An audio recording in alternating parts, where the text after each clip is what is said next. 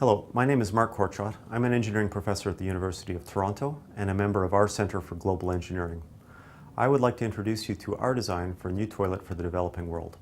This project was undertaken with the support of the Bill and Melinda Gates Foundation under their Reinvent the Toilet Challenge, part of their water, sanitation and hygiene program.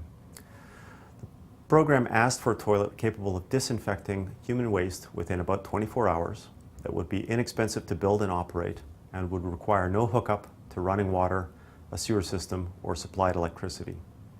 A team at the University of Toronto undertook this challenge together with partners at the University of Edinburgh, the University of Western Ontario, OCAD University, and technical experts in Bangladesh. Here is our solution. Instead of a traditional Western-style toilet where a user sits on the bowl, we are using a squat toilet design, which recognizes the current practices in many of the developing countries where this toilet would be used. The bowl is set in the floor and contains 3 holes, one for urine, one for feces, and one for water used to wash after defecating. It is important for us to separate the solids and liquids, as we have 2 different methods for processing them.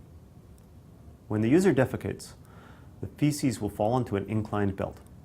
If the stool is runny due to diarrhea, the liquid will run off the belt and be handled by our filtering system for water and urine, which I'll describe momentarily. The solid mass will remain on the belt. Instead of flushing, the user will instead turn a crank that will move the feces through a narrow roll nip to flatten it so that it can dry quickly. As each subsequent user defecates and turns the crank, the feces moves slowly along a drying belt and becomes harder. After several hours, the solid feces will be dropped into a smoldering chamber. Smoldering is an energy-efficient and self-sustaining combustion process where the combustion travels through a porous material. This is what happens in a charcoal barbecue. Once the fuel is ignited, it will continue to generate heat until it is extinguished or there is nothing left to burn. Of course, the combustion will destroy the pathogens in the feces.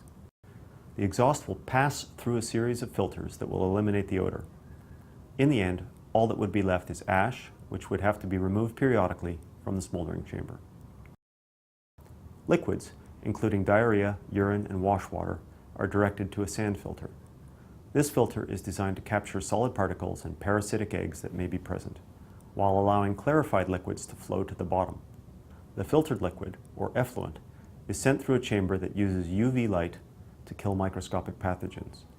The disinfected fluid can then be discharged. The filter is special because sand is fed upwards from the bottom using an auger. This ensures the most contaminated sand is pushed to the top. There it is skimmed off using a paddle and placed onto a second belt that transports it to the smoldering chamber, where it is incinerated. The UV light and the power needed to operate a small fan for drying can be supplied by a modest solar panel and battery.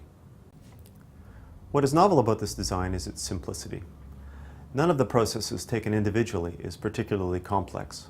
However, by bringing them together to solve this challenge, we can ensure better sanitation is provided to remote and impoverished areas of the world.